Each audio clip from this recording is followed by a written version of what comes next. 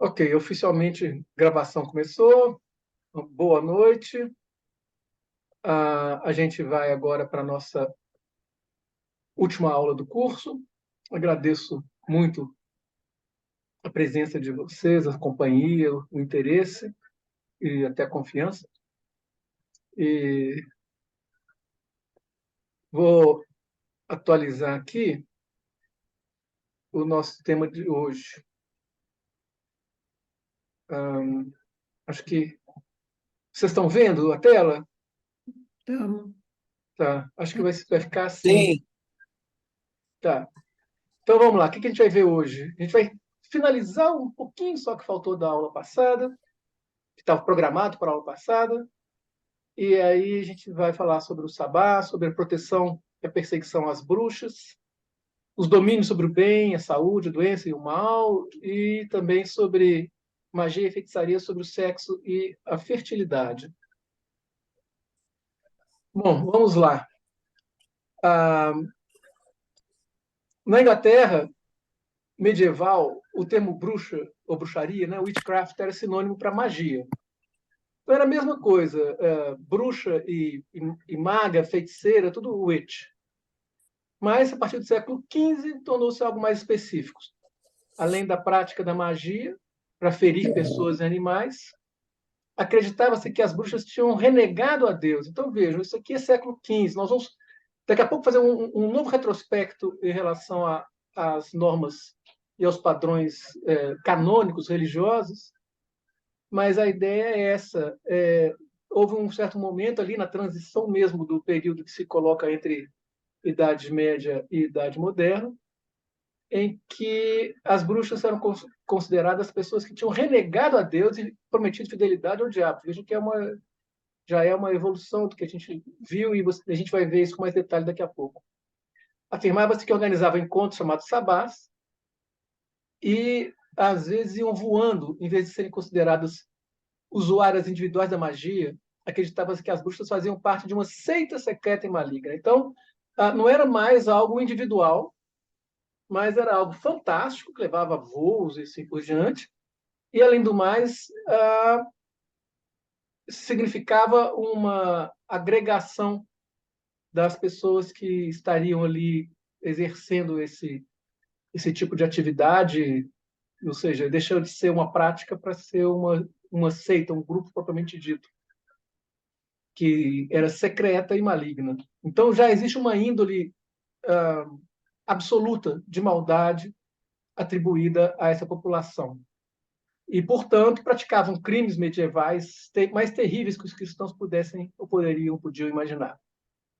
Não existe evidência de que alguém tenha ido a um sabá ou cometido a maior parte dos crimes em associação à bruxaria. Então, veja, era um imaginário tão fantástico, tão persecutório, que mesmo sem ter qualquer tipo de evidência, de fato, com alguma consistência, né, evidência propriamente dita, essa crença foi assumida e difundida. Então, o que seria esse sabá? Né? Mas você Mesmo... é como se a sociedade colocasse nelas, né, tudo que há de ruim, né, houvesse uma modificação, né, na cultura, né, em algumas coisas que elas passaram a atribuir a ela todos os aspectos malignos, né? Sim, É isso? sim, Tem, tem, exatamente. ah, Atribuía-se, então, algo fantástico, maligno, relacionado ao feminino o feminino, né? e, e também ligado a uma agregação, a uma seita. Né? Então, Sim. nesse século XV aí, as coisas se configuraram dessa forma. A gente vai ver daqui a pouquinho o progresso desse imaginário persecutório, mas a ideia é essa, né? O Ginsburg vai... Posso Oi? perguntar uma... Você acha que está ligada a uma maior repressão sexual? Uma Eu acho, maior... A coisa da igreja, sim, exatamente isso. Existe um lado da igreja propriamente dita, no sentido de recuperar terreno e combater as tradições dos diversos povos da Europa que eram distantes do cristianismo, do catolicismo, particularmente os de influência celta, como a gente já viu na aula passada. E havia, junto a isso, uma influência de algumas pessoas que tinham também um padrão. Nós vamos ver daqui a pouco sobre os autores do Martelo das Feiticeiras. Eles tinham um padrão de misoginia também paranoide que é impressionante.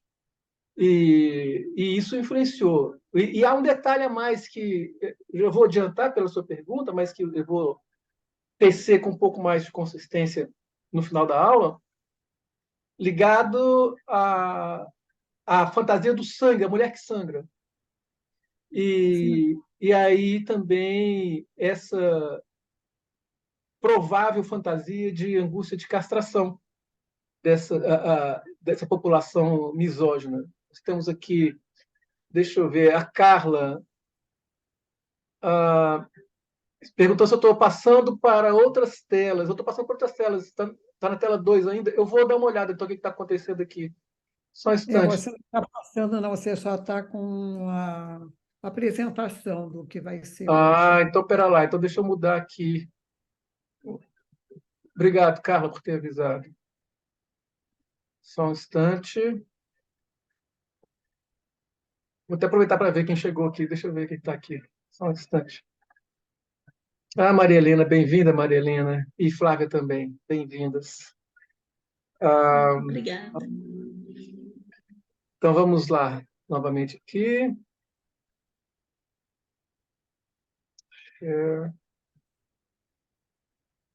Não, mas não é. Vocês estão vendo? Não, né?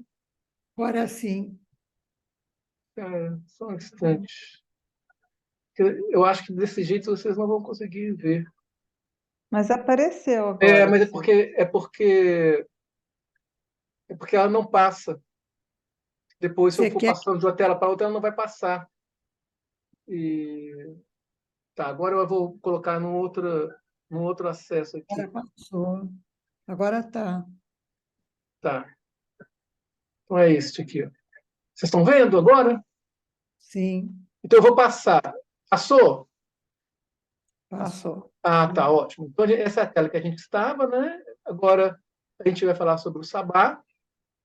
E é a parte que a gente estava comentando. Então, o Ginsburg vai dizer que não se pode negar o fato de que mulheres aceleradas, quer dizer, ele não vai dizer, ele está citando, né, um trecho de um documento ao qual ele se refere, documento desse período.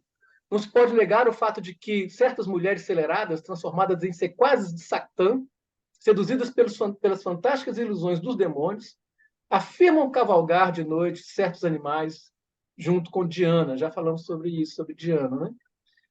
Deusa dos pagãos. E com grande quantidade de mulheres. Percorrer grandes distâncias no silêncio da noite profunda.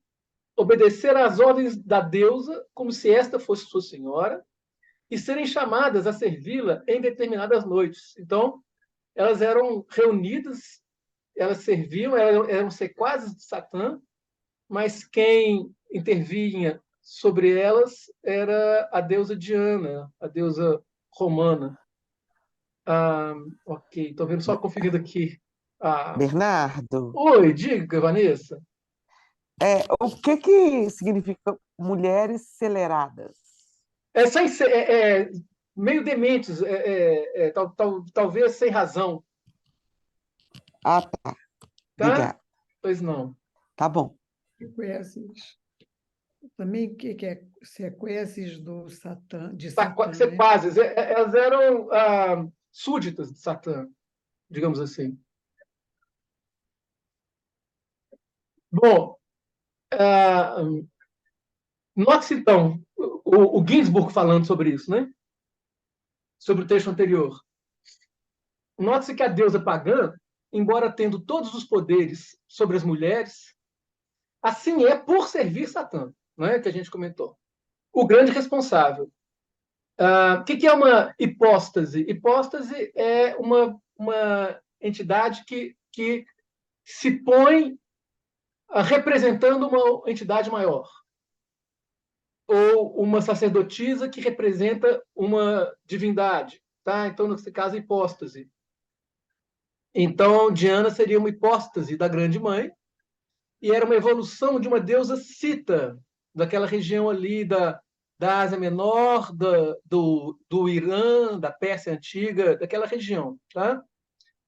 Até ali, atingindo também a região da atual Turquia. E a Oi? hipótese Hipóstase. é uma representação é uma É, representação ou significa a própria pessoa, quer dizer, como se fosse uma só. Ela se entendo. inclui esse. Em princípio, ela não é a própria, mas ela vale tal qual. Tá? Então, ela representa, de alguma maneira, ela representa essa entidade. Ou ela é um desdobramento dessa entidade. Nesse caso aqui, quando se fala de uma grande mãe, Diana é um desdobramento do arquétipo ou do modelo mitológico da grande mãe, que é essa entidade feminina que dá origem a tudo e a todos. Então, ela é, digamos, a divindade principal.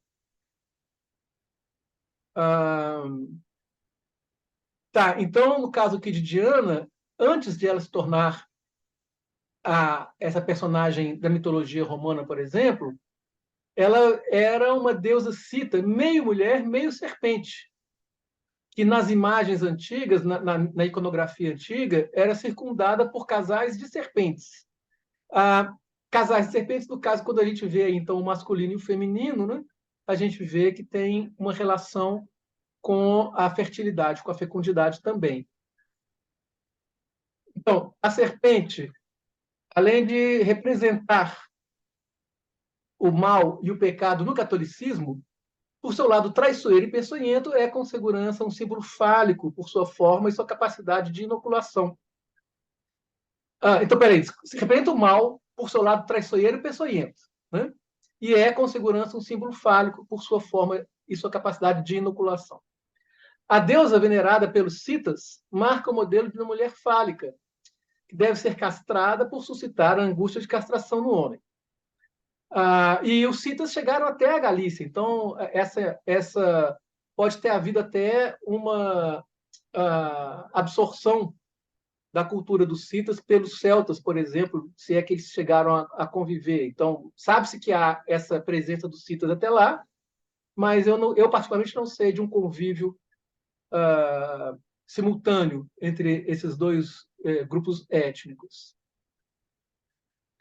Muito bem, então essa feminilização do diabo, ou demonização do feminino, não revela só uma reação da igreja, que você estava falando, Rosa, contra os mitos pagãos femininos para torná-los malignos.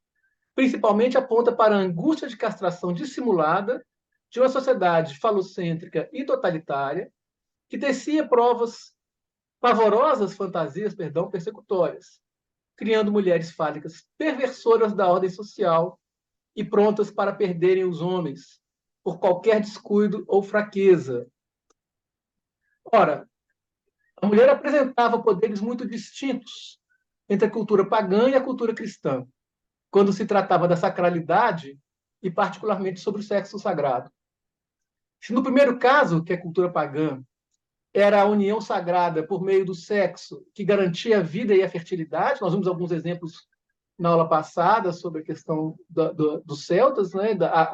A deusa atribuindo o poder de reinar ao homem, mas também tendo um vínculo sexual com ele e tendo também um comportamento promíscuo, dentro do nosso ponto de vista, obviamente, né? Porque para eles não era promiscuidade, para eles era um comportamento de fertilidade.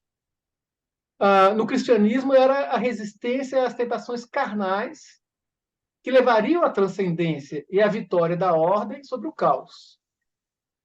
Aqui a transcendência era não carnal e individual. Lá era uma experiência comunitária e carnal. Então, tem essa quase que antagonismo entre a cultura pagã e a cultura cristã. No caso do homem, isso pode ser um pouco diferente. Segundo o Manual Anônimo do século XV, relatado pela Catherine Ryder, um clérigo propenso a pecar com mulheres fez a conjuração do diabo, que deveria prestar-lhe favores. Quando surgiu, o diabo manteve-se distante. Então, veja, o diabo não é alguém que domina qualquer sexo, né? Geralmente, o feminino é muito mais fraco e o masculino tem muito mais poder. Então, quando o diabo surgiu, ele se manteve distante e orientou que seu pretenso amo ficasse 3 dias em abstinência sexual, pois sua luxúria fedia demais. Somente depois disso a subserviência se daria. Ou seja, o ser humano, na sua luxúria, ele é tão repulsivo, repugnante, que nem o diabo aguenta, digamos assim.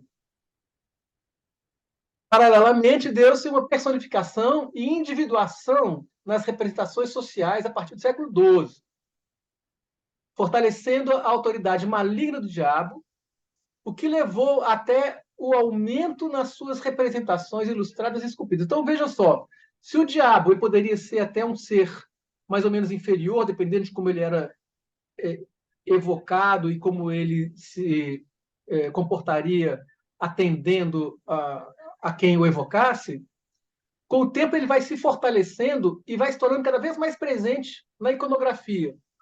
Aqui à direita, uma imagem do século XIII, vocês vão ver no alto à esquerda um demônio. Ao mesmo tempo que ele, como falei com vocês já também, ele não é vermelho, ele tem uma aparência totalmente diferente. Aqui na cintura dele, ele é muito peludo e é mais escuro. E aqui no centro, embaixo, nós vamos ver já a presença iconográfica do caldeirão, do fogo. Aqui embaixo, à esquerda do caldeirão, um demônio acinzentado, e ou uma personalidade acinzentada, parece um demônio, que tem um rabinho aqui, né? E no alto um outro demônio também, sendo que eles estão colocando uma figura, perdão, que pode ser um humano adulto ou uma criança. Nessa época era difícil fazer uma distinção entre essas personagens aqui.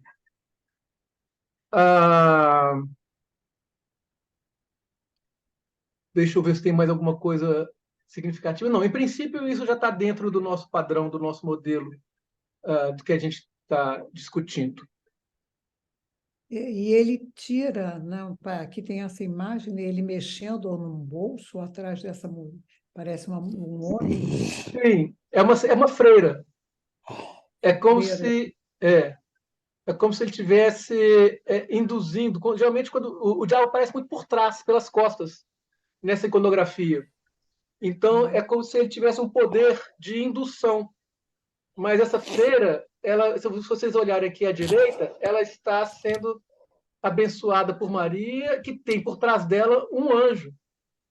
Então, é muito interessante, já que é o caso, né, de você chamar a atenção, Rosa, porque tem elementos, a gente vê que nessa parte, nesse trecho dessa história, essa freira vai ser salva da indução do diabo por essa Virgem Santa que tem por trás dela. Então a gente vê essa dualidade. A freira por trás dela tem um demônio, Santa Maria por trás dela tem um anjo. E nessa intervenção Maria vai salvar essa mulher. Tá? O que eu acho interessante é que é como se tivesse um bolso que ele mete a mão, né? Tá. Entendi. Pensei assim na costela Sim, ágil, né? Quer dizer, por que, né? Ou o roubo, né? O que ele faz retirar? Sim. Realmente dá margem a essa interpretação. Eu não tenho certeza se de fato seria isso, não. Mas dá margem mesmo. Você tem razão. Bom, então, em princípio, os religiosos da Idade Média não acreditavam que as mulheres pudessem voar. Tá? embora houvesse diversos relatos de que elas se reuniam para seguir uma deusa em voo estático com X, porque diz respeito a um êxtase, né? Elas entram em um estado com S, estático com X, ou seja, em um transe, e era dito que se tratava de uma ilusão. Então, veja, no começo, elas até diziam, ou alguém dizia, que elas voavam, mas os religiosos não acreditavam que isso era possível. Eles acreditavam que o diabo as colocava em um estado de ilusão, e em função disso, elas se viam voando. Então, isso não impunha culpa a essas mulheres, ou seja, elas eram vítimas, elas não tinham essa escolha. Simplesmente demonstrava o quanto as mulheres eram mais frágeis, porque elas eram mais suscetíveis a essas ilusões que os diabos poderiam provocar. Com o tempo, fosse pelos relatos de muitas mulheres, fosse pela disseminação de crenças populares e obsessões dos clérigos, passou-se a ter certeza de que esses voos de fato existiam, como parte de uma reunião diabólica, o sabá. Algumas pessoas da Idade Média relataram participar em condições estáticas, com X, de procissões celestes, em que os mortos eram conduzidos por deusas chamadas Herodíade ou Diana, representantes do modelo da Grande Mãe, já falamos. A Inquisição associou esses relatos de experiências demoníacas com o sabá. Tratava-se de uma reunião para rituais, por parte de uma seita, com características bem definidas: infanticídio, orgias sexuais, às vezes incestuosas, canibalismo, principalmente de crianças, e consumo de sangue, novamente sangue presente, rituais noturnos, pacto demoníaco, porque jurava-se fidelidade ao demônio, e feitiços e atos nocivos à saúde da sociedade, poderiam ser mortais. Então, ali, eles viriam a praticar feitiços ou atividades que poderiam, por exemplo, acabar com a colheita, trazer pestes, causar impotência nos homens ou esterilidade nas mulheres e assim por diante. Esses acontecimentos que caracterizavam o sabá já estavam presentes no imaginário ocidental por pelo menos 1000 anos. Então, vejam, os judeus sofreram essas acusações semelhantes no Egito, já falamos sobre isso, né? Os romanos e judeus fizeram esse tipo de acusações sobre os cristãos nos primeiros séculos dos cristianismos. Leprosos e hereges também sofreram na segunda metade da Idade Média. Parece um imaginário atemporal e geograficamente amplo, falamos sobre isso.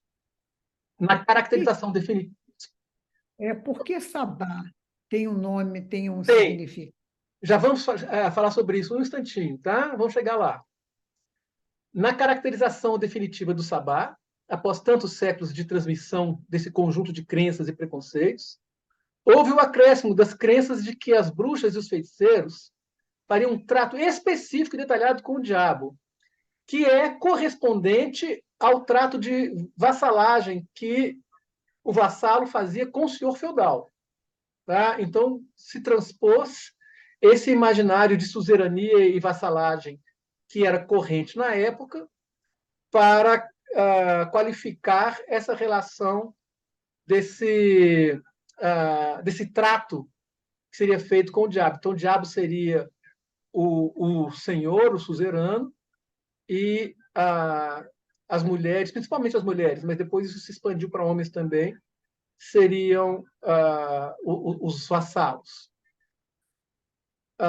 Seriam capazes de se transformar em animais, então, novidades aí, de acordo com a cultura celta.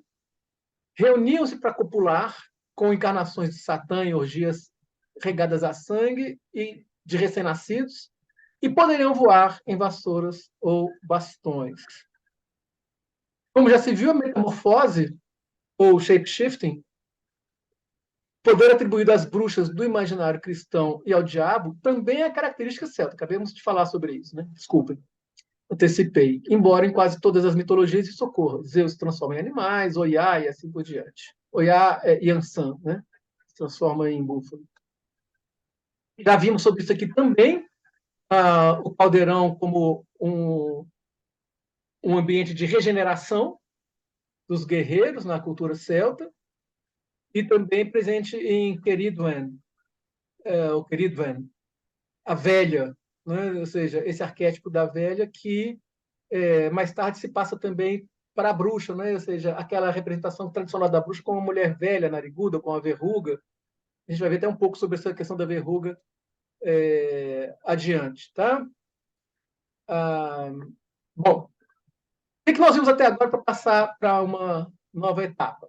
Muitas das características das divindades celtas femininas apresentavam mulheres autônomas com poderes mais fortes do que os masculinos.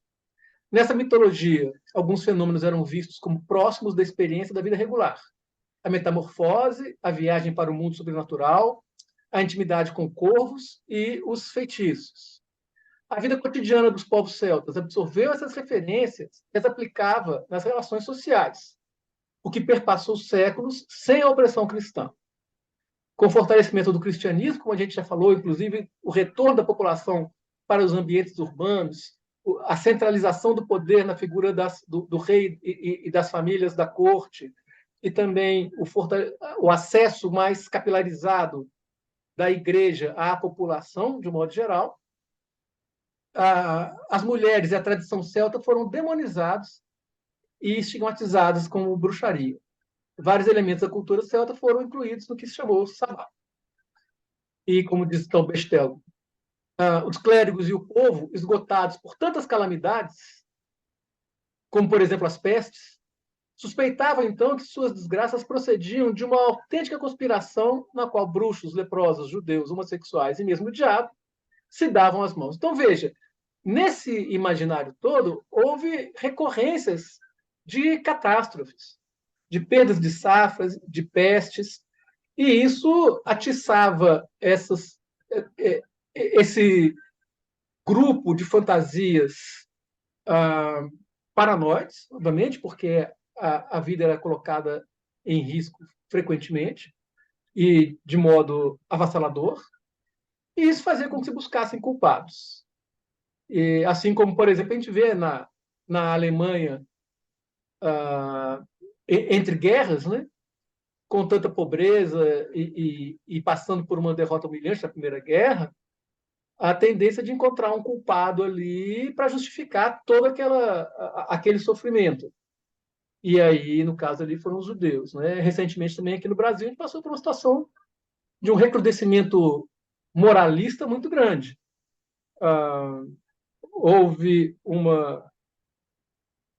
Agora está fazendo 10 anos, né, onde começaram aquelas manifestações da população mais jovem, no começo em relação ao passe livre de ônibus, ou aumento da tarifa de ônibus.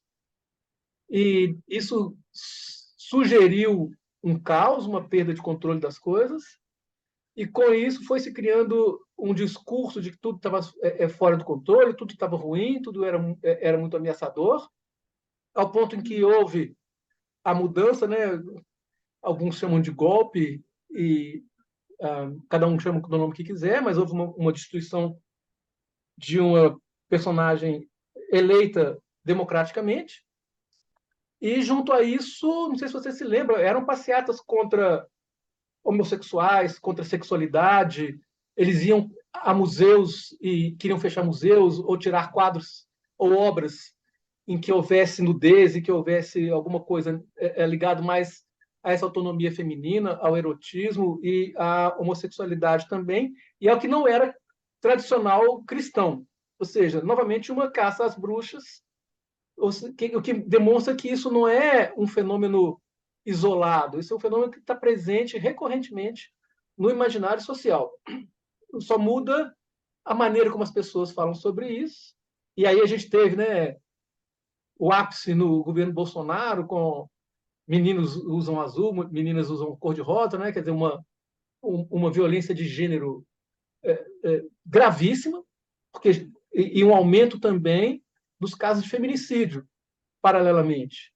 Então, a população feminina, a população dos homossexuais, recorrentemente sendo ameaçada nesses momentos desses imaginários mais paranoides e mais conservadores em diversos locais, né? Não só no Brasil, não é só na Idade Média. E isso é do imaginário não só do Brasil, mas como um imaginário mundial, né? Mundial e atemporal, né? Ele é pangeográfico e atemporal, é impressionante. Eu tenho... Desculpa, fala, Rosa. Não, termina de falar falar o que você tinha pensado. Não, é o seguinte, eu convivo com uma pessoa próxima que morou alguns anos na África e no interior dos Camarões, mas teve contato com pessoas de outras regiões também ali, República dos Camarões. E ele diz que até hoje, quando alguma coisa acontece errado por lá, eles denunciam alguém como bode expiatório, geralmente é uma mulher que eles chamam que é uma bruxa. E o pessoal vai atrás, se essa mulher não sumir, eles chegam ao ponto de matá-la, como se ela fosse a responsável por uma seca, por uma perda de uma colheita, ou pela morte de animais, que são animais que ajudam na sobrevivência das aldeias. Então, de fato, isso aí é universal, é curiosamente universal. Era isso. Você quer falar, Rosa? Não, e nesse sentido, né, do feminino, né? Poderia ser um bruxo, poderia ser um homem, mas é uma mulher, né? Isso Isso. que... E me chama a atenção a questão do judeu, Uhum. né? Porque Desculpa. isso aí é resquício do próprio catolicismo? Ou por Sim. quê? Em princípio, parece ser um resquício do catolicismo, porque os judeus são considerados os culpados pela morte de Jesus. E, ao mesmo tempo, eles praticariam o pecado da usura, que é algo que foi repaginado pelo nazismo pela necessidade de se contrapor à pobreza e à falta de recursos materiais na Alemanha, de modo que eles pudessem confiscar as riquezas dos judeus e passá-las para o Estado ou para os grupos que apoiavam, né? Porque, assim, nenhum fenômeno tão maciço quanto o nazismo acontece sem apoio da elite de um país, né? Ou seja, Hitler foi financiado pelas Mercedes, Volkswagen e grandes grupos financeiros da Alemanha. E assim, lá como cá e como em outros lugares, ninguém faz isso a troco de nada. Todo mundo está querendo o seu de volta, né? Então, os judeus têm, na tradição cristã, esse lugar de quem, por um lado, não se pode confiar, porque assassinaram, né, sacrificaram o Filho de Deus, e, ao mesmo tempo, acumulam dinheiro, emprestam a juros, né? Eles por tradição ou não, eles eram um tipo de banqueiros, eles eram um tipo de cambistas, e emprestando a juros, eles acabavam transferindo a riqueza da população cristã para eles, para a população judaica. E isso fazia com que eles se fortalecessem em função do que se via como o enfraquecimento dos outros. E acaba que isso... Né? Fica no imaginário uma representação que se alimenta, né? Vai se alimentando, né? Sim, sim, recorrentemente. Correntemente, né? Bom, essa ideia da feitiçaria já existia na remota antiguidade, a gente viu no começo da primeira aula nossa, como um subproduto da magia e era praticada por pessoas de menor cultura. Diferentemente da magia que lidava com segredos do universo, sua forma menor, ou seja, a feitiçaria e a bruxaria, envolvia principalmente receitas que podiam fazer o bem ou o mal, mas não levava ao conhecimento dos princípios, das conjurações, dos ritos, nem dos fundamentos, determinavam o uso de algumas ervas e elementos em detrimento de outros. Assim, ainda assim, recorria-se aos bruxos e bruxas para interferir em eventos climáticos, obter uma boa colheita, curar adivinhações, eliminar a má sorte ou alcançar algum sucesso. Então, sempre houve essa ideia de que alguém tem esse poder para fazer essas coisas, né? Ah, tá. Desculpa, isso aqui já foi. A magia, ou a ciência dos segredos do mundo, foi praticada no mais alto nível por sacerdotes, imperadores e até por funcionários de Estado. Essa prática tradicionalmente esteve mais ligada aos homens, tá? Ou seja, como a gente já viu outras vezes, a alta magia aos homens, aos magos, e a baixa magia ao feminino. Então, assim foi desde a antiguidade em diversos países e continentes, inclusive a África, e voltou a ser na Europa depois da era da perseguição às bruxas.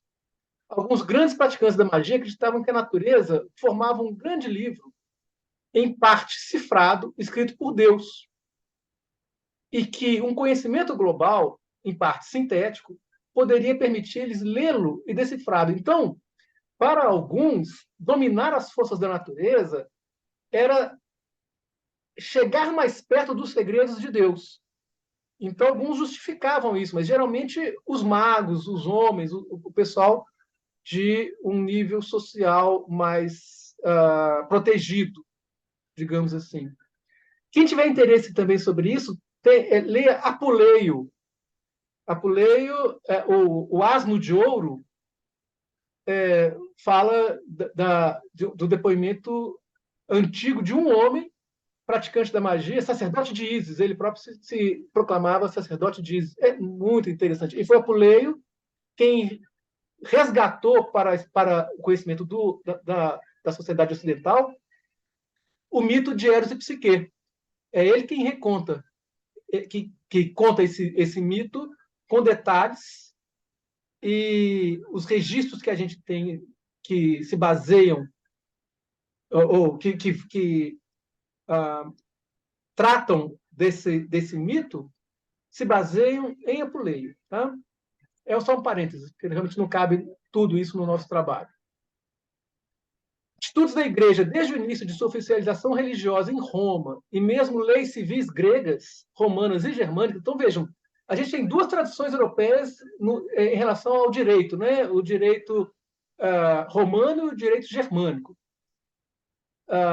Então, a parte anglo-saxônica, por exemplo, se baseia no direito germânico. A parte latina da Europa se baseia no direito romano. Então, todas essas populações indicam rejeição da magia e da bruxaria na história da Europa. É inegável a existência de uma prática de bruxaria e feitiçaria ao longo dos séculos, desde a Idade Antiga, muito provavelmente desde a pré-história. Tudo indica que sim.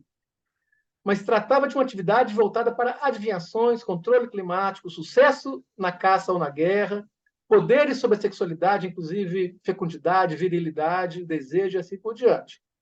Então, é diferente, tá? Do que se viu posteriormente. Perdão. Ao longo da Idade Média, a Europa Ocidental experimentou um crescimento da liberdade sexual. Então, Rosa, aquela indagação sua, a gente retoma aqui. Por que um crescimento da liberdade sexual? Comentamos isso rapidamente na primeira aula. Porque a tradição celta e os demais povos pagãos, os demais menores povos pagãos em termos de incidência populacional, eles tinham uma tradição de uma liberdade sexual maior. E isso foi crescendo ao longo da Idade Média, dado o fortalecimento das retomadas do contato com essas culturas.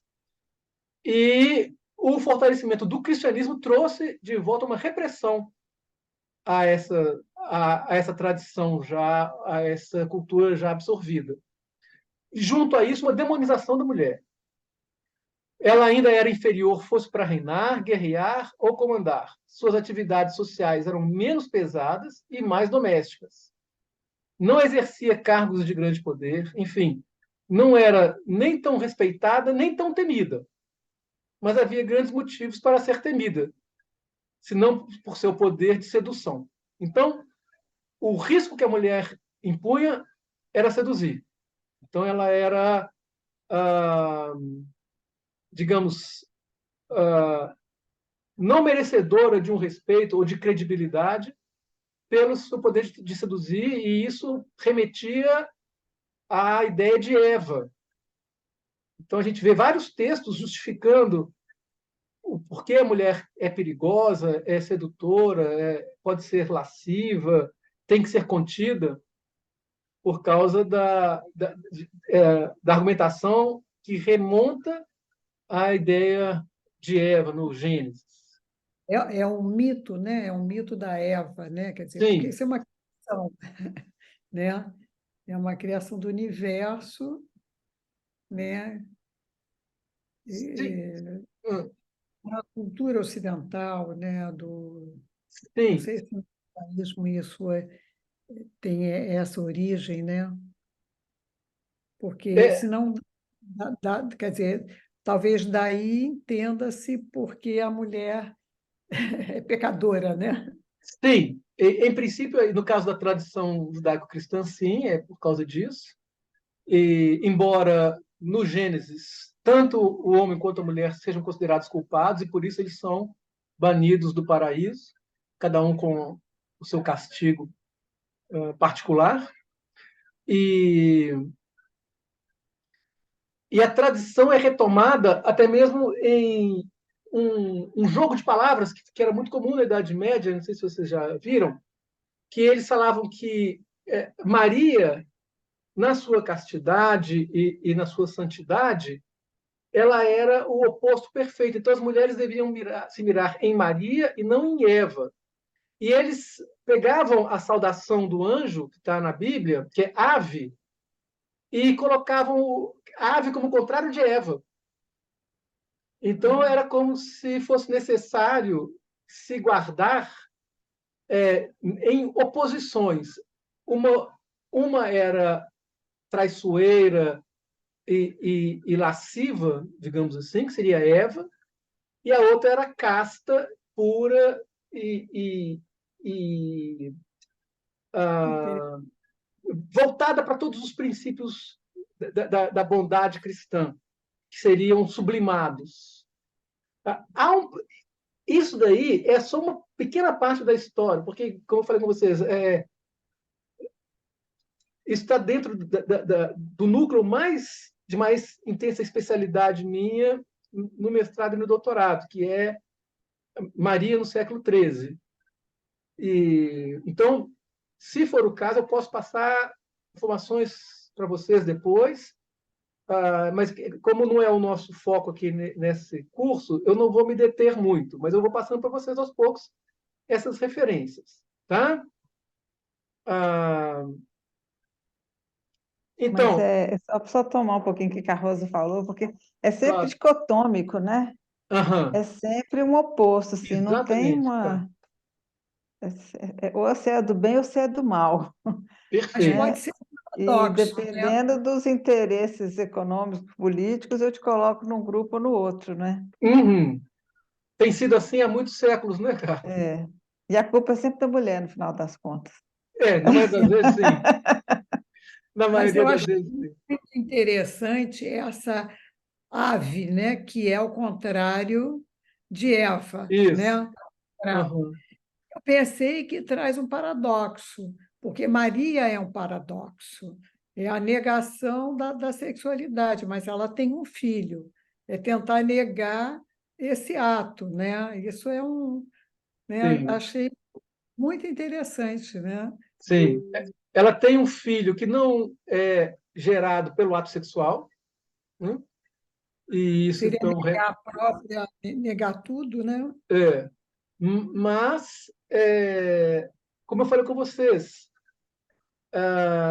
a Maria do século XIII, principalmente, mas dessa transição entre o século XII, XIII e XIV, ela é extremamente benevolente, ela é cuidadosa, ela é gentil, ela é, às vezes, ciumenta.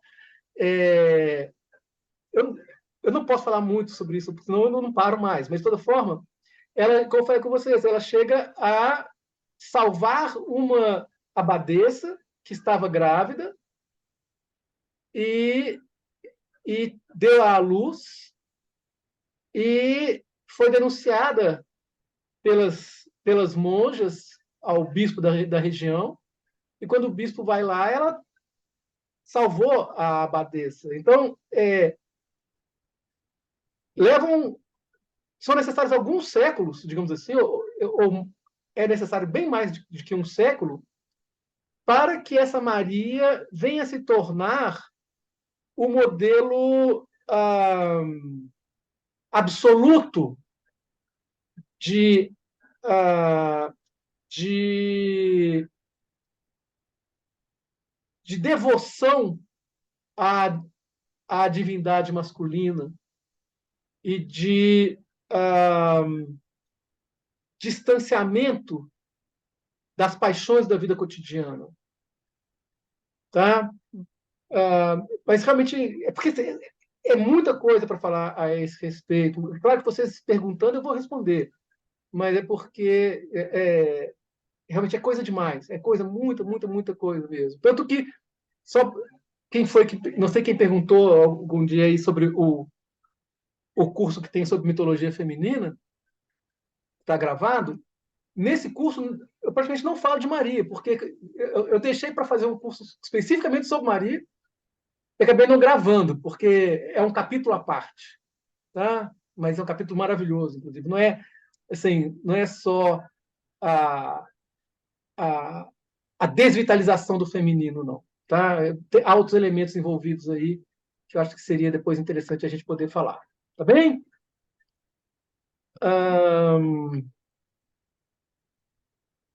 Tá. Então, essa questão da sedução, né, foi a característica feminina básica do diabo em forma de mulher. Pois, como diz o Jacques Le Goff, um grande historiador medieval francês, claro que a iconografia, falando do diabo, o pode representar sob forma simbólica. Ele é a serpente do pecado original, mostra-se-nos entre Adão e Eva, é o pecado da carne ou do espírito, separados ou juntos, é o símbolo do apetite intelectual ou do apetite sexual. O mais corrente disfarce do diabo consiste em tomar a aparência de uma jovem de grande beleza. Então, a mulher tem esse aspecto de perdição e de sedução, não só por si mesma, mas também, por ser assim, o diabo escolhe esse disfarce como o mais constante, segundo o Le Goff, em relação à iconografia medieval. Ao final da Idade Média e no começo da Idade Moderna, surgiu uma ideia de bruxaria que, além de associar essas e outras práticas à influência do diabo, concentrava seu exercício na população feminina. Simples feiticeiras passaram a ser consideradas como bruxas, endemoniadas, e a bruxaria veio a ser julgada como heresia. Então, veja, a bruxaria antes não era heresia. Passou a ser, ao final da Idade Média. Primeiras designações de bruxas feitas por cristãos se referiam a grupos compostos principalmente por mulheres que cultuavam deusas mães. Então, volta aquela deusa mãe, a grande mãe, esse arquétipo da grande mãe. E deusas da fertilidade, deuses de fertilidade dotados de chifre. Nós vimos, por exemplo, um desses deuses na aula passada, Cernunnos, considerado o deus chifrudo dos celtas. Os primeiros combates às bruxas não foram por perseguição, mas combates à crença da efetividade da bruxaria. Então, eles combatiam se aquilo de fato era verdadeiro. Tá? O Sínodo de Paderborn, em 785, então veja isso daí, bem primeira metade da Idade Média, previa pena de morte a quem matasse uma pessoa por ela ser bruxa ou ser bruxa. Tá vendo? Então, assim, não havia essa demonização dos bruxos, eles simplesmente eram uns tipos ali que faziam uns cultos, um isso e aquilo, alguns feitiços, mas sem menor poder de transtornos. Segundo a Catherine Ryder, só um instante que eu estou com a Ana Amélia querendo entrar. Tá. Liberei. Então tá. Bem-vinda, Ana Amélia. Boa noite, querida. Boa noite. Bem-vinda. Segundo Catherine Ryder, novamente, os registros do Tribunal da Igreja sugerem que homens e mulheres foram acusados de oferecer curas mágicas em números razoavelmente iguais. Então, vejam, antes dessa demonização toda, homens e mulheres tinham acusações em igual quantidade. Contudo, Alexander Carpenter, no século XV, baseando-se no fascículo Morum, criticava inovações para curar doenças feitas por mulheres idosas. Lembra da mulher idosa? Da mulher velha, que a gente falou há pouco tempo? Está aí. A gente já vê uma configuração da bruxaria, da imagem da bruxa como uma mulher velha. Há diversos motivos para isso. E um dos motivos principais, aparentemente, é pelo fato de a mulher velha ela ser estéril, ou ela não dar mais à luz, não ser fértil, melhor do que ser estéril, né? E como a tradição feminina, da visão sobre a mulher seria que ela é aquela que dá à luz, aquela que permanece, que faz com que a vida permaneça, as mulheres velhas, então, elas seriam mulheres menos moralizadas e com menos função social. Deixa eu ir um pouco adiante aqui. Por algum motivo, não estou conseguindo passar. Entendeu? Esses julgamentos poderiam inocentar mulheres, como é o caso de uma certa Marjorie Smart, talvez mais smart do que Marjorie, vamos dizer assim, né? Com perdão do trocadilho, que em 1444, 4 anos depois da invenção da imprensa, foi acusada de fazer magia para matar 4 cavalos de seu vizinho, Nicholas Edmonds. Como ele não foi capaz de provar essa acusação, então veja como isso ainda não era algo tão paranoide assim, porque a sociedade não estava assim, julgando por julgar, perseguindo por perseguir. Levava-se a um tribunal, havia um processo e era necessário que houvesse provas para que a acusação de fato fosse aceita, né? Então, o tribunal do bispo de Rochester solicitou que a Marjorie que trouxesse 6 testemunhas a seu favor. O que, segundo a Catherine Ryder, parece ter ocorrido. Então, houve testemunhas em favor dela, essas testemunhas foram consideradas suficientes e, nesse caso, ela não foi condenada. Mas, em 1601, por exemplo, já um bom tempo depois, uma viúva chamada Aldegonde de Rue, habitante de Cambrésis, uma vila no norte da França, era constantemente acusada de ser uma bruxa e responsável pela morte de animais e outros infortúnios que ocorressem na localidade. Depois de muitas acusações, foi dita como responsável pela morte do cavalo de um vizinho. Indignada, ela foi a uma cidade próxima, onde havia um homem que já havia reconhecido 274 bruxas, para que ele a examinasse e a inocentasse.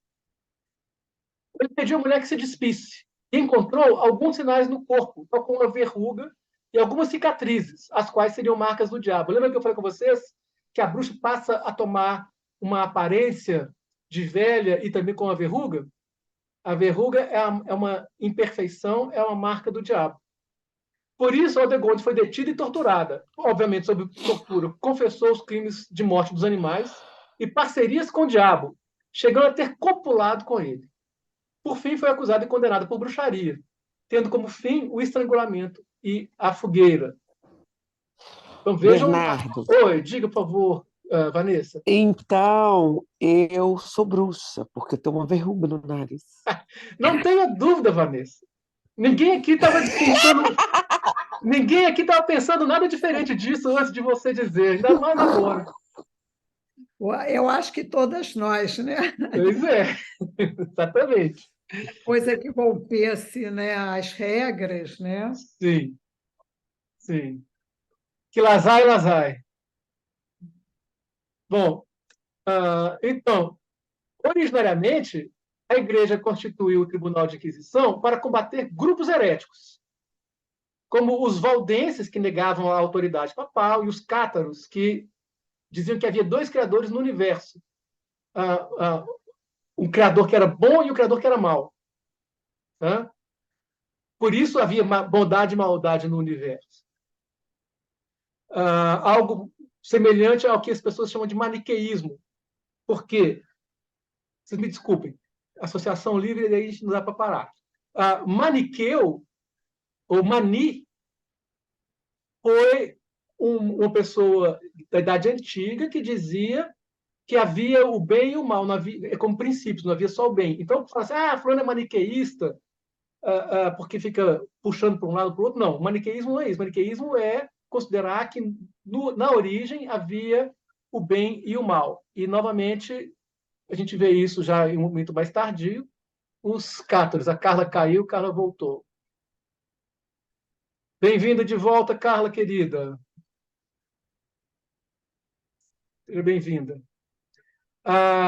Então, vamos lá. Um grupo veronês, por exemplo, foi considerado herético em 1175. Veja isso, bem antes. Então, o Tribunal de Inquisição ele perseguia os heréticos. E esses heréticos, geralmente, eles eram seitas dentro do universo cristão.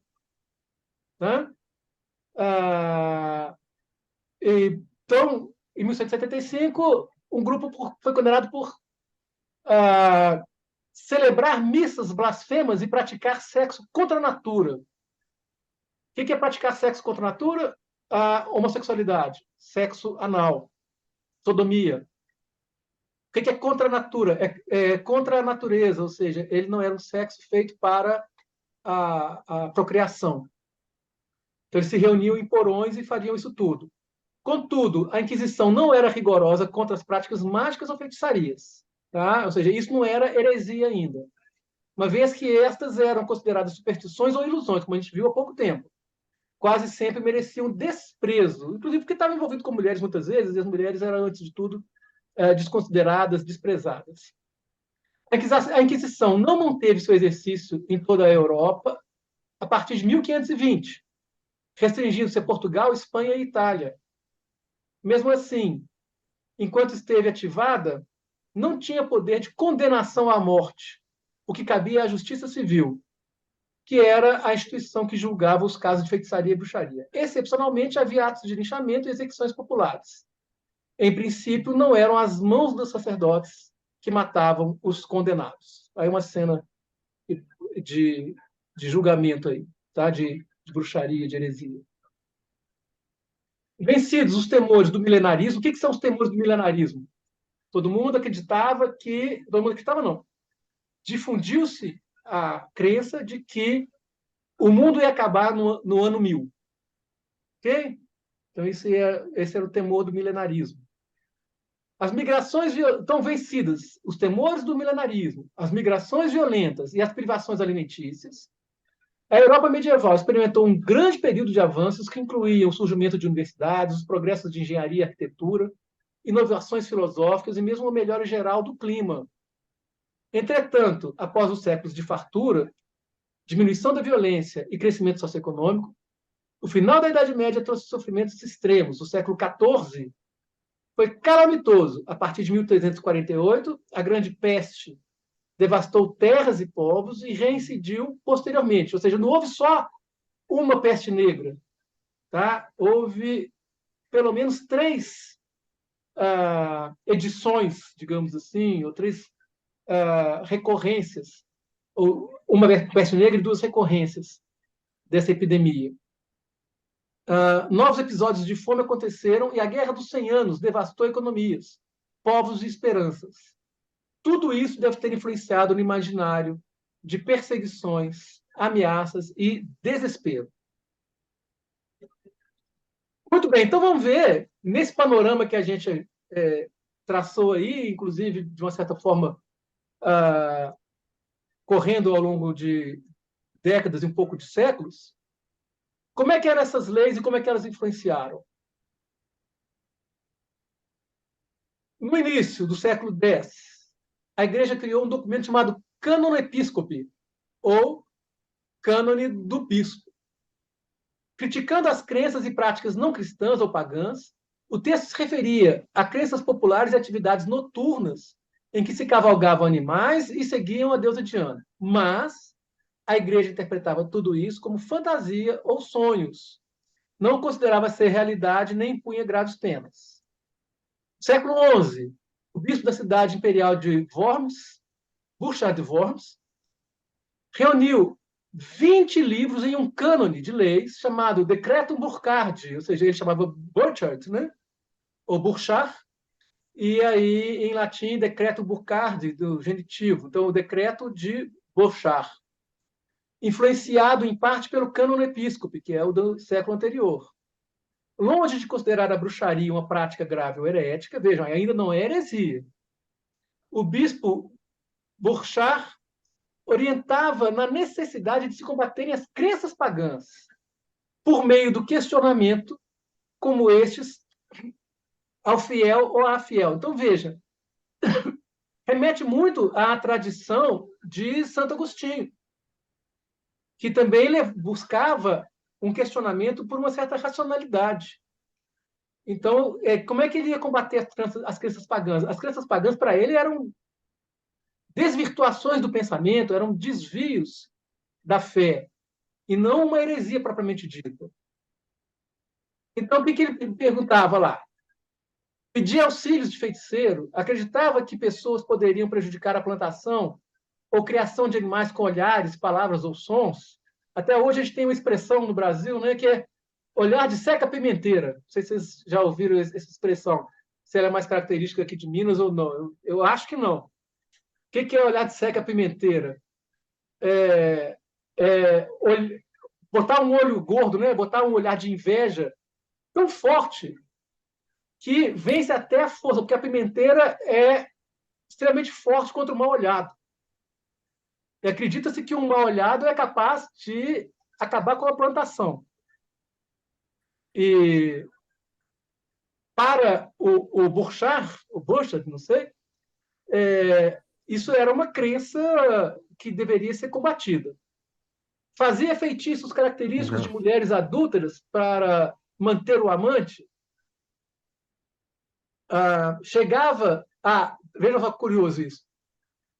Deitada de costas, pedia que se amassasse um pão sobre suas nádegas para dar de comer ao marido em busca de fazê-lo inflamado de amor. Então, isso tudo eram crenças e feitiços, né?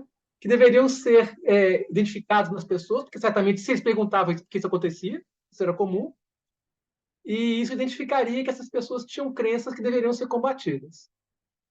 Porém, então a gente faz passar do século XI para o século XV aqui, né? Vamos dar um pequeno pulo, a gente está aqui no... Perdão, está aqui no Decreto Burcardi de século XI. O imaginário fantástico e paranoico sobre os fenômenos sobrenaturais não se continha dentro da igreja. Foi crescendo, como falei com vocês também, nesse panorama de Guerra dos 100 Anos e pestes e perdas de colheita e clima ruim, assim por diante. E na década de 1430, um dominicano alemão chamado Johannes Nieder publicou a obra Formicários. Ali foram descritos vários feitiços e crenças mágicas, inclusive atos de vinculação com o diabo, o que foi a grande novidade. Então, a vinculação do feitiço, da bruxaria, da feitiçaria com o diabo, o que de fato torna isso algo fundamentalmente herético, foi documentado no começo do século XV. Tá? Mas a gente vê que antes disso, já no século... Bom, vamos lá. Vou ler, porque já estou voltando um pouquinho para o século XIV, para a gente poder fazer essas transições aqui. Com a metáfora do título formigueiro, que é Formicários, tá? Que é esse que a gente está falando aqui, do Nieder,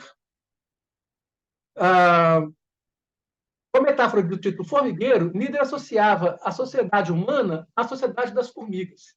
Coisa que a gente vê, curiosamente, me permitam novamente uma associação livre, no início do livro Cortiço.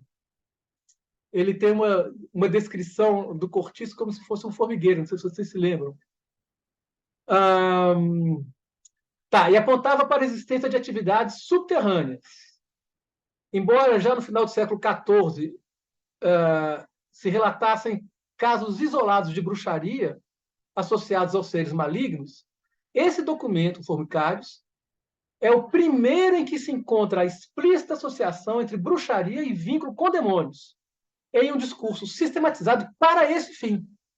Então, já tem esse interesse em apontar a feitiçaria e a bruxaria como um fenômeno ligado ao diabo e, consequentemente, um fenômeno herético. Curiosamente, o autor do Formidários não se dispôs a confrontar o cânon episcope. Em notável contradição, o autor corroborava a ideia de que os bruxos eram influenciados por imaginação ou sonhos, mas descrevia ritos e práticas como realidade. Esse imaginário foi se fortalecendo aos poucos. Várias igrejas, abadias e catedrais apresentavam estátuas e relevos em que a mulher era a parte fraca e envolvida com o mal. Então, vejam o imaginário, a iconografia acompanhando esse desenvolvimento dessas crenças. Então, a gente vê à direita aí uma imagem feminina com serpentes se amamentando nelas, e ela é esquelética, e uma rã na região da vagina dessa entidade feminina, e à esquerda uma entidade masculina demoníaca. Então, a mulher é a parte fraca. Na arte românica, ou seja, que é a arte do período que antecedeu ao período da arte gótica, na arte românica, da abadia de Moissac, por exemplo, a luxúria, que é esse da direita, tem rosto feminino. E a mulher adúltera é atormentada por cobras e sapos, animais associados às bruxas. E também a cultura celta, a gente já viu isso também na aula passada. O mito da bruxa moderna foi oficializado por Nieder, que buscava também explicar atos que existiriam na região do Lago Leman. Trata-se, então, de alguém que não mais apenas fazia mal aos outros, mas que se unia ao diabo em uma religião demoníaca. Os bruxos serviam à fé má, malefica servans, ou seja, servos ou servidores da fé má. O modelo da bruxa construído por Nieder incorporou as seguintes características: prática da feitiçaria ou bruxaria, pacto demoníaco, como na lenda de Teófilo ou do Fausto, que é a lenda de Teófilo, uma lenda medieval, e Fausto é uma correspondência. E entre um e outro a gente vê no Freud, né, quando ele fala sobre neurose demoníaca, o mesmo motivo, né, alguém que assina com o sangue um pacto com o diabo. O comensalismo canibalesco, volta à ideia do canibalismo, voos noturnos e a prática de sexo com ou influenciado pelo diabo. Então, isso já está no Formicários. Principais mudanças ocorreram apenas no século XIV, quando João XXII afirmou que as bruxas tinham o poder de fazer o mal. E no final do século XIV, quando Inocêncio VIII publicou a bula Summa Desiderantes, em que mencionou o poder das bruxas para causar infertilidade nas mulheres e impotência nos homens, além de seu caráter lascivo. A publicação dessa bula foi por influência de inquisitores dominicanos, através do Malleus Maleficarum. Então, vamos lá. Chegamos ao Malleus Maleficarum. A misoginia radical será manifesta no mais alto grau alguns anos depois da elaboração do Formicário. Novamente, obra de dominicanos alemães, mas com outros recursos, um livro rompe com a tradição do cânon episcope e passa a afirmar que realmente havia práticas hereges ligadas ao diabo, com participação feminina. Era o Martelo das Feiticeiras, o Martelo das Bruxas, Malleus Maleficarum, publicado em... Varia a data, viu? Há referências para 1486 e para 1487. O Heinrich Kramer e Jacob Sprenger. Os dois eram inquisitores, caçadores de bruxas, e o título do livro já deixa clara a misoginia. Maleficaram, porque maléfica está no feminino. Tá? Eles não falam de uns maléficos, de um modo geral, não, ou seja, feiticeiros e feiticeiras, o que é que seja. O livro é voltado para as mulheres, para as feiticeiras ou as bruxas. Kremer tornou-se inquisidor da região sul do que hoje são Alemanha e Áustria, que é na região do Tirol, e desapareceu a caminho de uma de suas caçadas nas cercanias das cidades de Olmütz e Brno. Talvez não estivesse agradando tanto. O exemplo é que, em 1485, depois de já ter colaborado com a condenação de uma meia centena de mulheres, o Kramer foi à caça na região de Innsbruck e mandou deter algumas dezenas de outras bruxas. E ele dizia que eram bruxas, né? Mas a população da região e mesmo o bispo de Brixen se indispuseram com Kramer e as mulheres foram soltas. Segundo Bechtel, o bispo havia chamado de Proptercenium ganz kindlich, ou seja, velho coxo e cretino infantil. O bispo chamou o Kramer de Proptercenium ganz kindlich, tá? E o bispo expulsou o Kramer da região do Tirol. Então, nessa caçada misógina e quase que alucinada do Kramer por bruxas, ele chegou a ter contraposições de alguns locais, e o que se acredita é que ele foi caçar bruxas, voltando ao começo da tela, ele foi caçar as bruxas perto de Olmütz, e o mais provável é que o pessoal tenha matado ele por lá. De tanto que o que, em princípio, pareceu algo muito provável, que seria a existência de tantas bruxas, ao final a população não estava mais aguentando esse cara indo para tudo quanto é lado, matando tudo quanto é mulher, dizendo que elas eram bruxas, sendo que a comunidade ali não tinha motivos para desconfiar e nem para permitir que essas mulheres fossem condenadas. O outro dos dois autores do Malleus Maleficarum era mais importante, ainda que pelo menos tão misógino. Sprenger dirigia um mosteiro em Colônia e, por isso, tinha a prerrogativa de poder ser recebido pelo Papa. Solidarizado com a revolta de Kramer, por ter sido humilhado pelo bispo de Brixen e obstinado pela ideia de que mulheres estavam envolvidas com o diabo, o dominicano de Colônia, que é, no caso, Sprenger, foi ao pontífice e conseguiu dele uma bula. Está vendo essa desiderantes?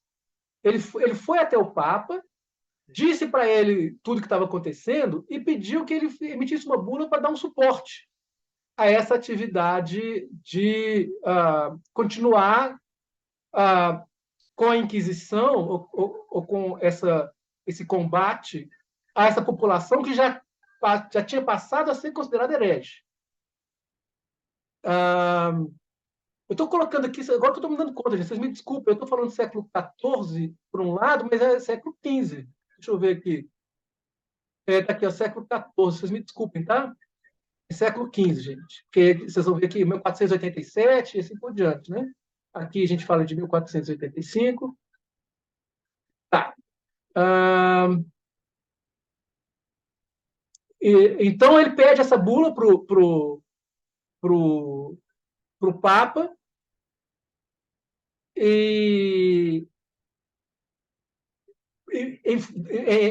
devido ao argumento de que ele se preocupava muito com o perigo crescente da bruxaria, que provavelmente não estava acontecendo.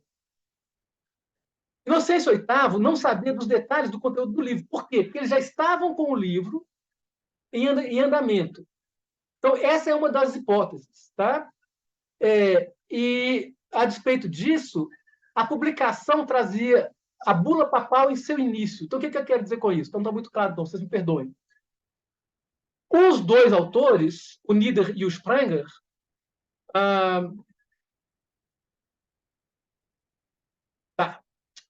os dois autores, eles têm aqui, vocês vão ver aqui no alto à esquerda, o Malleus Maleficarum escrito. Já é a época em que houve o advento da imprensa, ou seja, imprensa 1440, isso aí é 1480 e alguma coisa, 86, 87, né? Mas eles já estão agindo desde antes. Aqui, em 1485, por exemplo, houve esse repúdio às ações do Kramer. Tá. Então, não é Nieder, perdão, Kramer e Sprenger. Vocês me desculpem, mas é tanta coisa na minha cabeça que às vezes eu vou fazer uma confusão. Eu volto só para poder recuperar aqui. Então, eles pedem ao Papa a elaboração dessa bula, dessa Summa Desiderantes, o Papa escreve, e eles pegam essa, essa bula papal e colocam na abertura do livro. Então, eles colocam, no começo do Malleus Maleficarum, está a Suma Desiderantes. E aí, acredita-se que o Inocêncio VIII, que de inocêncio não tinha só o nome, ou não teria só o nome, ele não sabia que isso ia ser usado para esse fim. Mas quando eles colocam a bula abrindo o livro, como se fosse um prólogo assinado pelo Papa, o livro ganha um outro tipo de status de leitura e de credibilidade. Então, se tornou um documento aparentemente chancelado pela Igreja e, portanto, utilizado por inúmeros inquisitores e juízes. Mas o principal recurso que fez o livro alcançar grande repercussão provavelmente foi a recente invenção, a imprensa.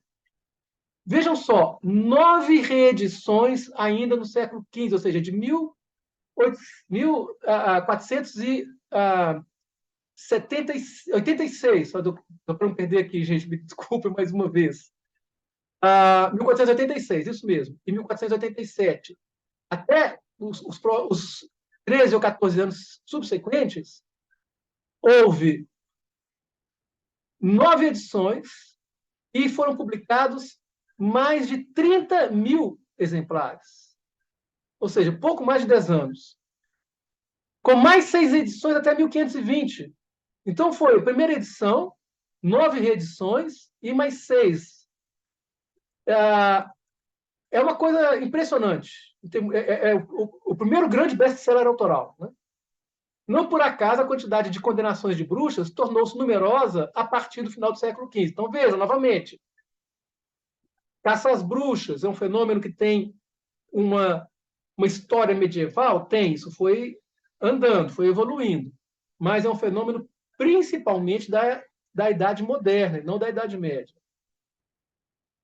Novamente, Bestel cita um trecho do Malleus Maleficarum, em que uma bruxa relatava a melhor maneira para se despedaçar as crianças de colo. Então, veja só, acreditava-se que isso acontecia, a Carla caiu e está voltando.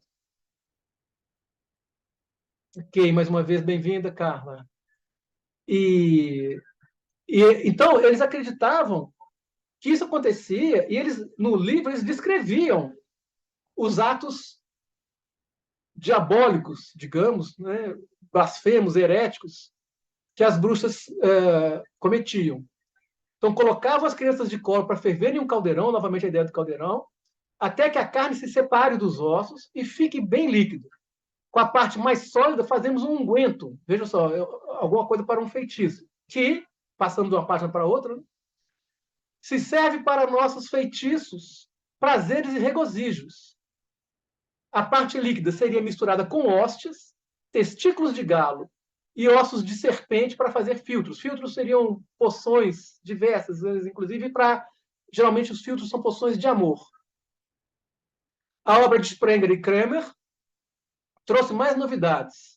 Os dominicanos apresentaram uma curiosa nova etimologia para a palavra latina fêmina, que seria fêmea, que seria formada pelas palavras fé e minus, ou seja, aquela que é menor pela fé. Entende? Então, femina, ou fêmina, os caras chegaram a um nível de paranoia e de perversidade tão impressionante que eles chegaram a dizer que a origem e a constituição da palavra fêmina era fé minus.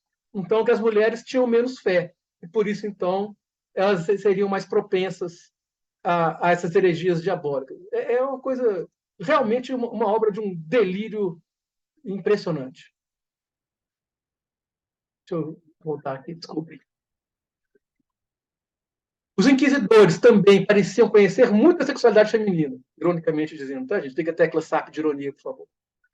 Elas seriam incontroláveis a ponto de se divertirem com os demônios que vinham na forma de íncubos, fazer sexo com elas na mesma cama em que estaria dormindo com o marido, mas este não perceberia de nada. Tá? Então, íncubos são os demônios masculinos que ficam por cima daí íncubos, e os demônios femininos, que são os que ficam por baixo, são súcubos, abaixo. Nessa obra, as mulheres são consideradas mais propensas à bruxaria porque esta se origina no desejo carnal, que seria insaciável das mulheres. Então, veja, a misoginia é tão impressionante, essa ideia da sexualidade feminina, do poder do orgasmo, do desejo, da insubmissão à moralidade católica, do comportamento sexual, isso tudo vira um pavor tão grande, particularmente para esses dois loucos, né? Que eles vão dizer que o que faz a mulher ser mais fraca, entre outras coisas, é a insaciabilidade do desejo carnal delas. E tudo chega a um ponto que, em 1585, 2 povoados do Bispado de Trier, na Alemanha, chegaram a ter apenas uma mulher sobrevivente, o que é algo impressionante, né? Não sobrou ninguém. Certamente deixaram uma porque tinha que deixar alguma mulher ali naqueles povoados. Então vamos falar sobre o voo das bruxas. O que seria isso? Essa novidade tão interessante aí que fazia com que elas passassem de um mundo para o outro mundo. Elas saíam da casa delas, dos povoados delas, e iam para o Sabá, para esse encontro demoníaco. A possível ilusão de que bruxas voavam à noite, talvez acompanhada de uma deusa chamada Diana, seria provocada pelo diabo nas mentes dos religiosos mais céticos e lógicos. Essa ilusão realmente poderia ser vivida como realidade, mas provocada por uma alucinação tóxica, em vez de possessão diabólica. Ou seja, algumas mulheres poderiam ter o consumo de uma substância alucinógena e isso dar a elas um delírio de que elas estavam voando. E a compreensão disso é que elas estariam associadas a uma entidade diabólica ou demoníaca, né? um diabo. Essa imagem à direita é de uma planta chamada meimendro. Então, outra hipótese, além dessa infusão e desse consumo dessa substância, passou a ser considerada sobre os voos, ou pelo menos sobre o fato de esses voos terem sido relatados. Uma vez que as feiticeiras ou mulheres sábias eram conhecedoras do uso de diversas ervas e demais recursos naturais para fazer infusões, poções e ungüentos variados, acredita-se que as mulheres poderiam passar uma poção alucinógena no cabo da vassoura e absorver essa poção por meio da mucosa vaginal. Então, veja, é como se as mucosas elas têm um poder de absorção maior das substâncias em geral, né? E acreditava-se que algumas mulheres, como elas usavam para se masturbar algum tipo de um cabo ou de uma coisa de madeira, há registros de objetos fálicos usados para masturbação bem antes da Idade Média. Tá? E, então, elas talvez passassem essa substância em uma superfície polida de madeira e introduziriam esse objeto na vagina e, masturbando, elas não só teriam o orgasmo, propriamente dito, mas também com uma certa alucinação. Ou seja, devia ser o orgasmo do fim do século, vamos dizer assim, né? Ou do fim do milênio, o que quer que seja. Devia ser uma coisa de estremecer ali a população e o povo ficava apavorado. Porque a gente já viu o quanto que essa tradição da sexualidade feminina ela é incômoda ao homem, não é? Ou seja, ela tem muito mais prazer, muito mais poder, e, de uma certa forma, ela fazia isso sozinha, sem precisar de um homem, tendo muito mais prazer que ela teria com um homem. Daí, a transformação dessa imagem, desse objeto fálico, para um cabo de vassoura, por exemplo, no qual ela montaria e voaria por aí, mas esse voar por aí não seria necessariamente um voo, senão um orgasmo extremamente intenso e alucinógeno. Seus ingredientes principais, Ô, gente, pelo amor de Deus, tá? Isso aqui é o que eles relatam. Primeiro que eu não sei, a gente não sabe se isso é verdade. Segundo que é extremamente tóxico. Então, por favor, ninguém, por mais bruxas que vocês sejam, resistam, tá? Seus ingredientes principais seriam a beladona, a mandrágora e o meimendro. Meimendro, gente, é o veneno que matou o pai do Hamlet, tá? Ou seja, é uma substância, é uma planta imensamente tóxica. Ela tem um poder letal, tá? Então, ninguém brinca com isso, pelo amor de Deus. Tá? Eu estou trazendo elementos da história, não estou querendo inspirar ninguém com isso daqui. São vegetais que contêm alcaloides e podem provocar alucinações e intoxicações, por serem entorpecentes e venenosos. Tá? As bruxas lá talvez soubessem a dose exata para isso. A gente não sabe, ninguém precisa descobrir. Essas plantas contêm vários alcaloides, dos quais destacam a iociamina, hoje conhecida como atropina, e a iocina, escopolamina. E, então, por favor, não se deve experimentar, tá? Por favor, respeitem os limites da toxicidade aí e sejam felizes. Considerada a erva das bruxas por excelência, é a mandrágora.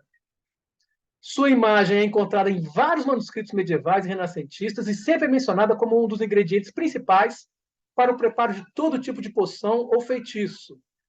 A presença da mandrágora é registrada na literatura desde a antiguidade, em poemas medievais, na Bíblia, nas tragédias de Shakespeare e no cinema.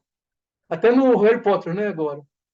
A raiz da mandrágora, por ter a forma semelhante ao ser humano, foi alvo de várias crenças, inclusive de que ela seria um ancestral vegetal do homem, e isso só fez aumentar a crença do seu poder mágico. Com potentes alcaloides, que em altas doses causam fortes dores, tonturas, alucinações, convulsões e morte, a raiz da mandrágora era utilizada principalmente para propiciar alucinações. Quando empregada nos ungüentos, e estes espalhados nas mucosas nasais, por exemplo, vaginais e anais, entravam rapidamente na corrente sanguínea, produzindo muitas vezes efeitos letais. E aqui à esquerda uma imagem do século XIII, copiada de um original localizado na Catedral de Schleswig-Holstein, na Alemanha.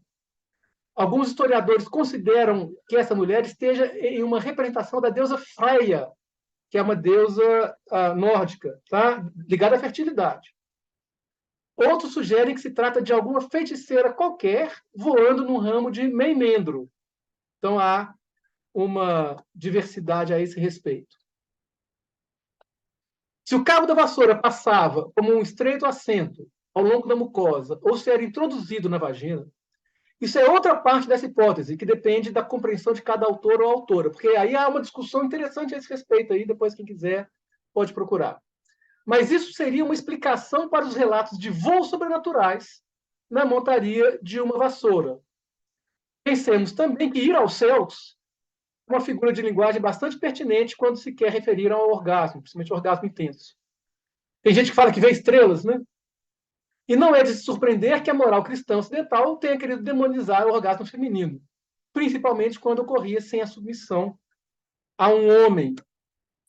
E tem até uns quadrinhos a esse respeito, vou passar rapidamente para vocês darem uma olhada aí, depois é de uma Kersti Faret, eu não sei quem é essa autora, mas chegou até mim esses quadrinhos aí, eu só repasso para vocês sobre essa ideia de que as mulheres usavam esse tipo de unguento como uma substância não só para masturbação, como também para algo alucinógeno.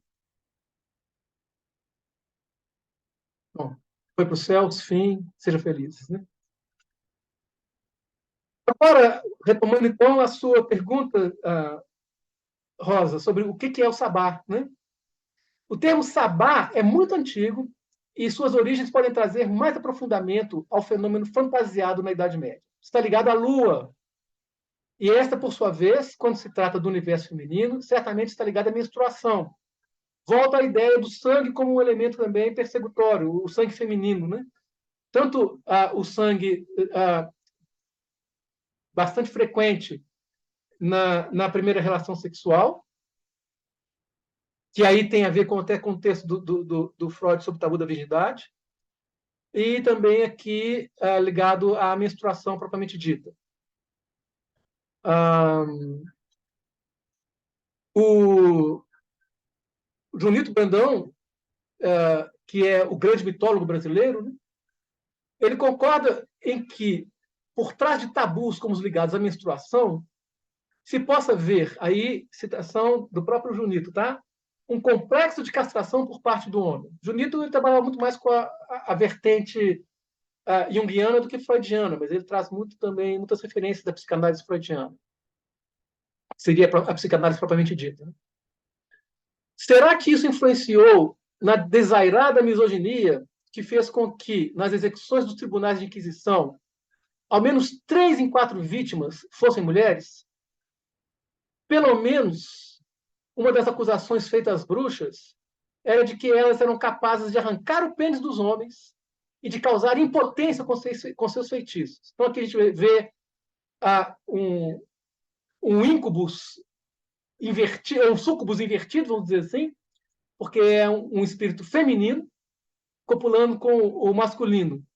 E aí, também, se vocês me permitam uma digressão, e isso é absolutamente indesejável e quase que herético, mas vamos dizer assim, repudiado, porque a mulher não poderia estar por cima durante o sexo.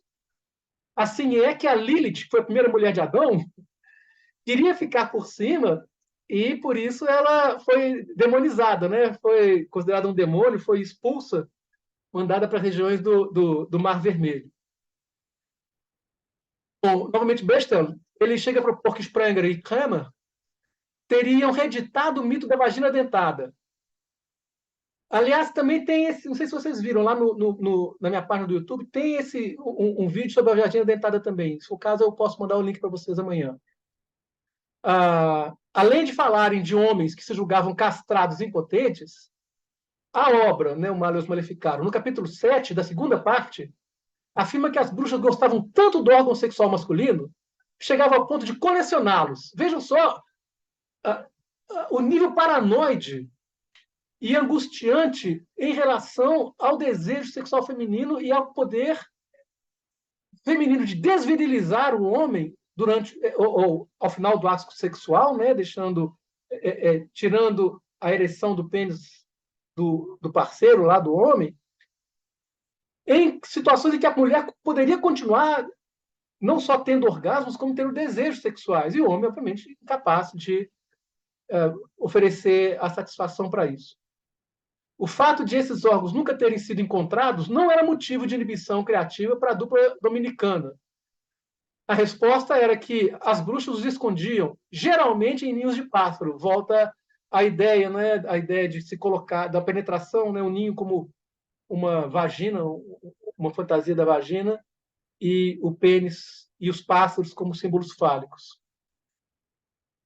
E aqui uma imagem que eu não posso deixar de mostrar, de comentar, porque é uma coisa impressionante, uma imagem, se não me engano, da região do norte da Itália, em que as bruxas chegaram a ter uma árvore, elas pegaram o pênis e colocaram na árvore. Então, essa árvore está cheia de pênis, olha aqui. E talvez elas tenham feito um modo de plantar essa árvore brotar pênis. De tal sorte que elas jamais precisariam, novamente, de um homem para encher a paciência delas, para encher o saco, para pedir para cozinhar, o que quer que fosse. E elas estariam completamente satisfeitas, não só sendo capazes de procriar, obviamente, novos seres feiticeiros e bruxos e demoníacos, mas também de ter todo o prazer que elas pudessem querer ter se elas se dispusessem a não requerer um corpo humano masculino junto a elas e se o pênis fosse suficiente. Né? Então, a gente vê várias aves aqui ao redor, que são alusões também de um imaginário, de uma iconografia associada ao pênis, ao falo, e a árvore com todas essas quantidades de pênis aqui, para quem quiser escolher, estaria disponível. Né? Isso é algo impressionante a gente imaginar que a fantasia persecutória delirante chegaria. É muito criativo, né? Carla, é mais do que criativo, né? É uma coisa que a gente faz assim, é Agora, é assustador, um medo de perder a virilidade o tempo todo, né? é incrível. E aí a culpa é da mulher, né? Cara, mas é impressionante, claro que é, né? Imagina. Como diz. Outro dia eu vi alguém citando, eu não sei se é verdade, aquele Homer Simpson, não sei se é verdade que ele fala isso, mas fala assim: ele teria dito assim: a culpa é minha, eu jogo em quem eu quiser, né? Vamos dizer É, assim. Então, então é como se assim, o homem, no seu desespero de não ser capaz de lidar com a autonomia feminina, com o desejo feminino, com o vigor sexual feminino e com a intensidade do orgasmo feminino, ele vai desenvolvendo todo esse desespero, além do fato de a mulher vir de uma tradição de uma liberdade sexual alcançada ao longo da Idade Média. Né? Então, quando ela volta para essa sociedade novamente centralizada, urbana e católica, né? Não exclusivamente cristã, mas necessariamente católica, os bispos mais doidos lá, que também eram proibidos de ter relações com mulheres, né? Imagina, os caras iam entrar em parafuso. E, e, e propagava-se, então, esse nível de delírio que acaba sendo cômico, né? Assim, quando eu me deparei com essa imagem, sinceramente, eu ri é muito. engraçadíssimo, né? Cara, imagina. É muito engraçado, cara. É, mas se Então, você assim, for pensar que mulheres morriam por causa disso também, é engraçado, é tragicômico, né? não, é aí que chega o nível absurdo e que eu acho que a gente deve trazer para uma discussão, assim, por mais que uma coisa ou outra acabe sendo engraçada no que a gente está falando aqui, nós não estamos aqui para ser bispos nem É, inquisitores, né? Mas tem esse lado gravíssimo, né? Como a gente viu é, aí, pelo menos 3/4 das pessoas que foram condenadas eram mulheres, então não há dúvida que a questão é é, voltada contra a mulher principalmente, né? Mas eu ri muito quando eu vi, vocês não têm ideia, é cara. Assim, quando eu me deparei engraçadíssimo. com essa imagem, achei muito cômica, mas É, ok, vamos, durma-se com um barulho desse. Bom, então, por experiência cotidiana, vamos voltar à questão do sabá, né? E da ideia do sangue. Por experiência cotidiana, o sangue era produto de uma ferida e deveria ser estancado. Caso contrário, levaria à morte o atingido. Mas, maravilhosamente, a mulher apresentava na sua anatomia mais curiosa, aquela que traz a angústia de castração no menino no período do Édipo, por exemplo, né? Aquela parte, a mulher como angústia, propriamente dita, ela apresentaria não apenas o breve, mas espantoso sangramento decorrente da defloração. A partir de um certo momento de sua vida, ela sofreria regularmente de um sangramento longo, misterioso, sem explicações, para surgir nem desaparecer. E Chile, não é? Egon Schiele, também expondo a mulher apavorante, não é? A parte sexual da mulher que apavora os homens, principalmente quando sangra. A fantasia terrível decorrente desse fenômeno espantoso é necessariamente a de que algum tipo de ferida que parece não cicatrizar insiste em sugerir alguma desgraça. Algo foi ferido de modo invisível. A vagina é cicatriz indelével da castração feminina. Caberia à lua e seu ciclo o poder diabólico de ameaçar com a castração. Em várias culturas primitivas, como a hindu e a babilônica, fazia-se estreita ligação entre o plenilúnio, ou seja, a lua cheia, e a menstruação. Era como se a mulher estivesse possuída pela deusa lua. Então, a gente vê que a única explicação que se encontrou para a menstruação é a menstruação durar, nas culturas antigas, o mesmo tempo do ciclo lunar, e ela acontecer na lua cheia, no plenilúnio. Para os babilônios, durante a lua cheia, a deusa Ishtar ficava indisposta. E nesse período, observava-se o sapato. Ok, Rosa? Então, aí a origem, uma das possíveis origens etimológicas da palavra sabá, que, ainda consoante Junito Brandão, deu origem ao hebraico Shabbat, geralmente o 7º dia da semana. ou seja, a celebração da mudança da fase da lua. Tal data estava também repleta de tabus. Então, o Shabat judaico também é uma data repleta de tabus. Já vimos que Richards observa que as bruxas ocuparam um lugar de discriminação, que, em parte, couberam aos leprosos na sociedade ocidental. Some-se a isso a crença então existente que sugeria que os leprosos eram resultantes de uma relação sexual em que a mãe estaria menstruada. E ainda, considere-se que, segundo Foucault, a discriminação sofrida pelos loucos no final da Idade Média... que são os loucos? Gente, lunáticos. O que é lunático? Associado à lua. E a lua associada à menstruação. E a menstruação associada ao leproso. Então, a discriminação sofrida pelos loucos no final da Idade Média e no início da Idade Moderna também ocupou parte dos preconceitos que recaíam sobre os leprosos. Já vimos isso também, e está lá no Foucault. Assim, podemos encontrar a menstruação como um fio que liga todos esses fenômenos sociais. Afinal, a menstruação é diretamente associada à lua, tal como também a loucura, pois, tangido pela ambivalência da lua, o louco, um rejeitado pela sociedade, é um lunático, isso é, tem a doença da lua. Por sua vez, os atos que seriam praticados pelas bruxas, tais como infanticídio, canibalismo, entre outros, permitiam considerá-los tomados pela loucura. Essas duas práticas aberrantes estariam associadas ao derramamento de sangue e também à lua cheia, hein, gente? Portanto, finalizando o nosso trabalho em cima da hora, por incrível que pareça, a tradição e a crença em relação à magia e aos poderes sobrenaturais existem há milênios, em diversas culturas. Ou seja, são conclusões possíveis que eu ofereço, tá? Não é que vocês tenham que concordar. E nem deve. Ao mesmo tempo, houve desconfiança quanto ao poder e ao caráter de quem pudesse ter esses poderes. A percepção entre o que era aceitável, benéfico e positivo contra o que era repudiado, maléfico e negativo, geralmente estava associada, a percepção estava associada ao poder e à religião majoritários, seja em qual período isso tenha acontecido. Como a gente viu, isso foi também contrário aos cristãos no início do cristianismo no Império Romano. Geralmente, os homens recebiam mais respeito e ofereciam menos ameaças. Afinal de contas, quem mandava, né? Toda lei é feita para atender quem a faz. Né? Isso aí não é segredo para ninguém, desde que o mundo é mundo. Talvez os tabus associados à menstruação tenham fortalecido a misoginia.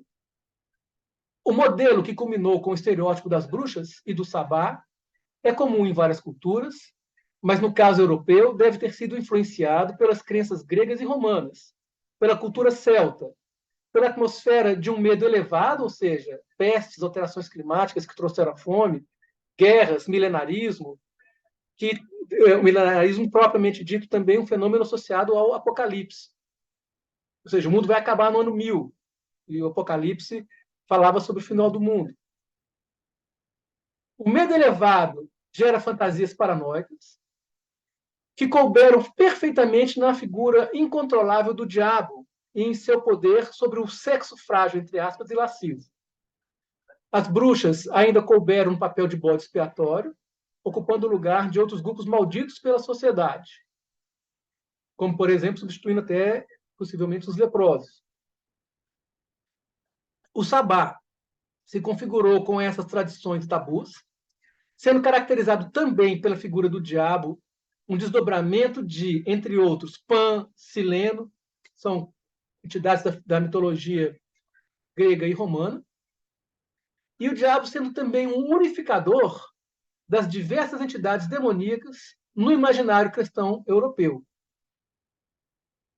As feiticeiras e bruxas medievais foram parte pacífica da sociedade durante muitos séculos, ainda que não fossem aceitas pelo cristianismo.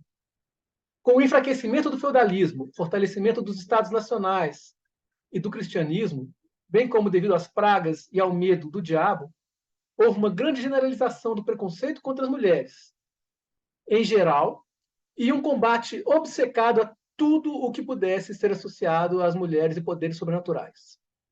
Certamente, a perseguição às bruxas foi um processo religioso e político, por meio do qual se reforçou o poder centralizado, o cristianismo e o androcentrismo.